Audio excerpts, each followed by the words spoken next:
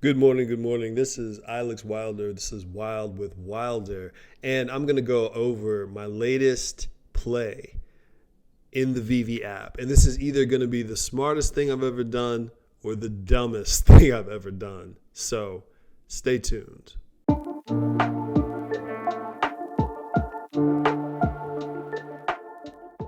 I've recently bought 10 issues of Ultimate Spider-Man #1. This is my first mini stack of a play that I think is actually going to be worth something. Now, on the VEVE app, for those of you who kind of know, you can kind of purchase comic books. Some are more valuable than others. And a lot of people, what they did in the beginning of the app is they bought them while they were very, very cheap. So they bought Marvel Comics #1 really, really inexpensively. They bought Amazing Spider-Man #1 really inexpensively. And that was a way for them to start selling off some of their copies when they went to three-digit books. So with the Ultimate Spider-Man, or I should say with VEVE, the comic books became one of the things that people really started paying attention to once collectibles started to skyrocket, once Todd's really shot up. So, for example, Marvel Comics #1 right here, this is like the one a lot of people are saying the one to get. It's the next Mickey Steamboat Willie. And if you can get it, try to get it. I think right now on the downturn, they're at about 600 to 700 on the low end, all the way upwards to a K if you keep scrolling. So it's kind of difficult to hop in and make the purchases on these when the ones that people are considering to be the grails seem like they're so far out of reach. So how do you climb up to get the capital to get these? Well, I went for Ultimate Spider-Man #1. Now, they released this one in December, early December, like December 2nd, before I was even on the app. And as you can see, you get the first issue. It goes all the way to Secret Rare. So there's the common, your uncommon, the rare, ultra rare, secret rare. And it was one of those comics that kind of came out in 2000 and in 2000 or 99, like right in there. So this one is currently sitting at a floor of about 26. And over the last couple of weeks, it's been kind of fluctuating from like 40 to 43 is kind of like the median price is sitting at. Now, why then would I make the decision to grab 10 of these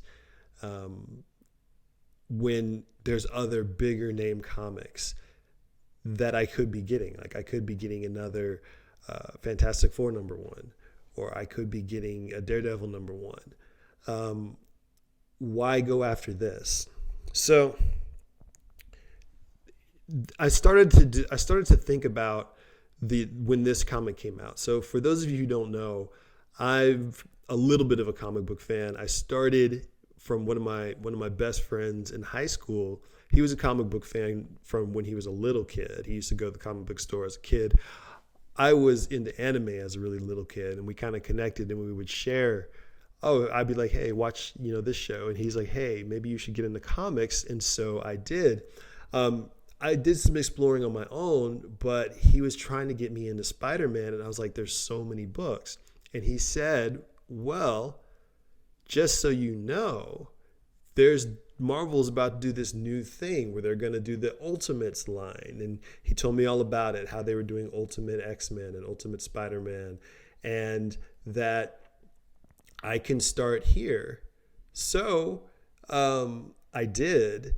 And, when Ultimate Spider-Man kind of like came out, it was like a big deal. It was like a really big deal. Maybe they just hadn't been a refresher of the Marvel universe and the Spider universe in so long, and the writing was good and snappy, and the artwork was different, and they were trying to modernize it for the time, that it just kind of really caught wind. And I remember the impact of this book. So actually, I remember the impact of the entire Ultimates line. Like, if you think about Ultimates #1, I made sure to get myself a copy of that when I was on the app early. For those who may not know, the Chitauri and a lot of the elements from the first Avengers movie are actually pulled from the Ultimates season 1. The fact that the Marvel characters look like movie stars, the fact that they look like Nick Fury looks exactly like Sam Jackson, is because the artist kind of modeled the characters after famous movie stars. And they even have a nice little fun debate amongst themselves, breaking the fourth wall a little bit in the series. But that's neither here nor there. My point is that the Ultimates was a big deal. And when I remember issue 5 or 6 being up on the wall, because that was the issue that he first put on the Spider-Man costume. So I'm kind of keeping my eyes out for that one as well. But when I go into the VEVE app, there's no real attention on the Ultimates line. There's a little bit. There's a little tiny bit. But the Ultimates line had some crazy stories.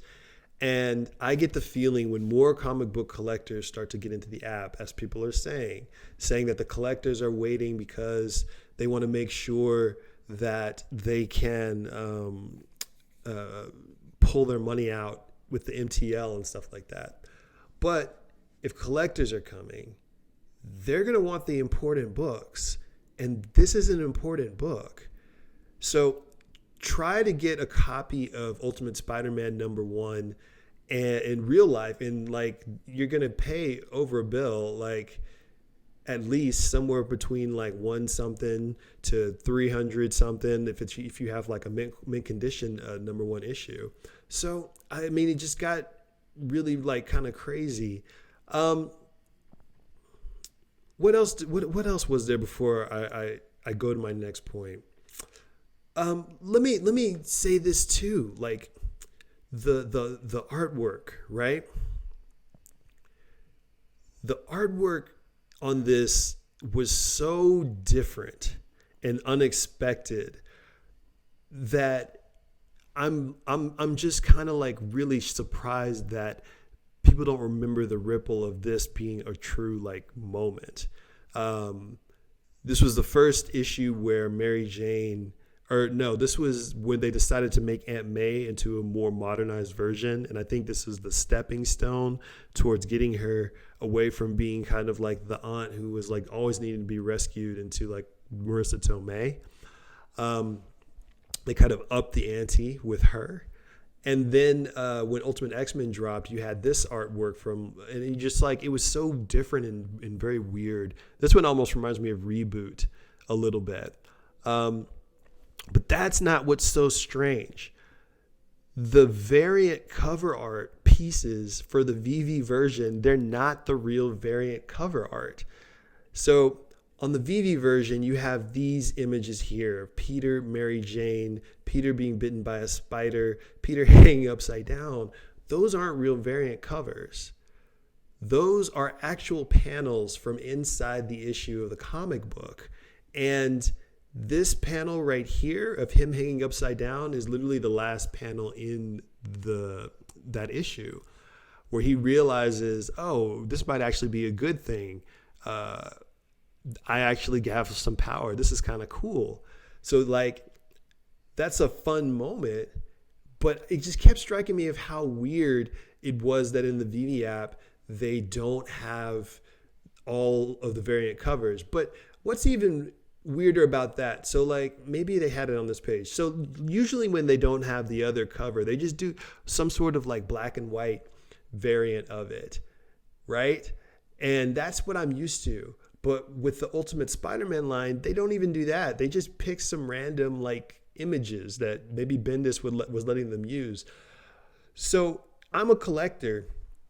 I know these aren't the variant covers. Like the variant covers were this. This was one of the variant covers that, thinking back, like if I had known what I know now, I would have snatched 4 or 5 of these up as a young lad. And this is the other variant cover where you have that image, but on a nice kind of clean white backdrop. And it was just so weird to me that they don't have anything similar than this. So all the more reason for me to be like, you know what? I'm just only going to get these, or at least 10 of these. I'll probably still get one of the uncommons or something for the variants, but it just seems strange to me. So I grabbed 10 of these because that was the most I could kind of afford right now. And in my estimation, this Ultimate Spider-Man book is going to it's gonna rise. It's gonna rise when more people get on the app who are around my age. I got Ultimate Spider-Man when I was in high school. I remember when it came out. I think I had just gotten my driver's license, so I'm like 16.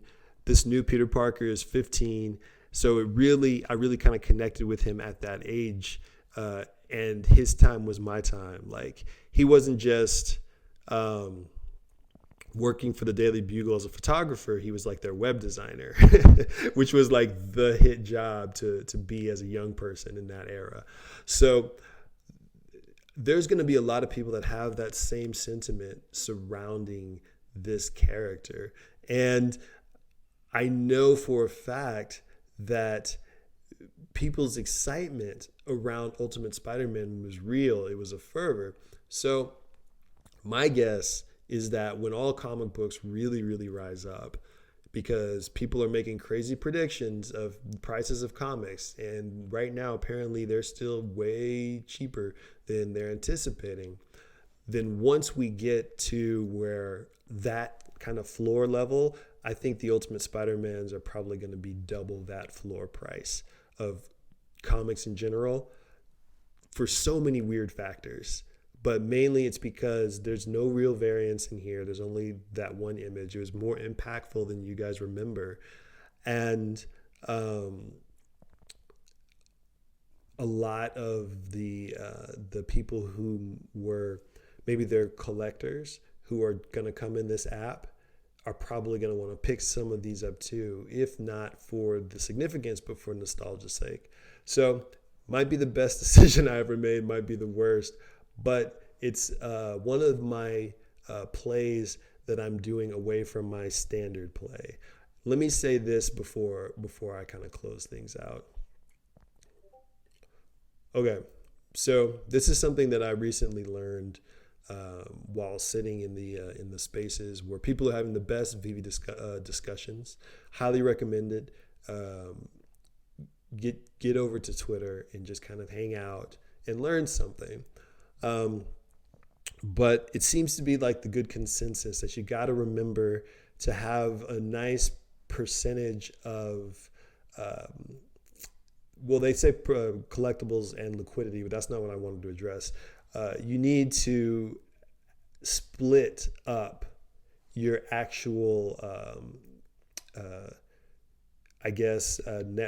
net worth inside the VEVE app into operational gems and like almost take a chance gems.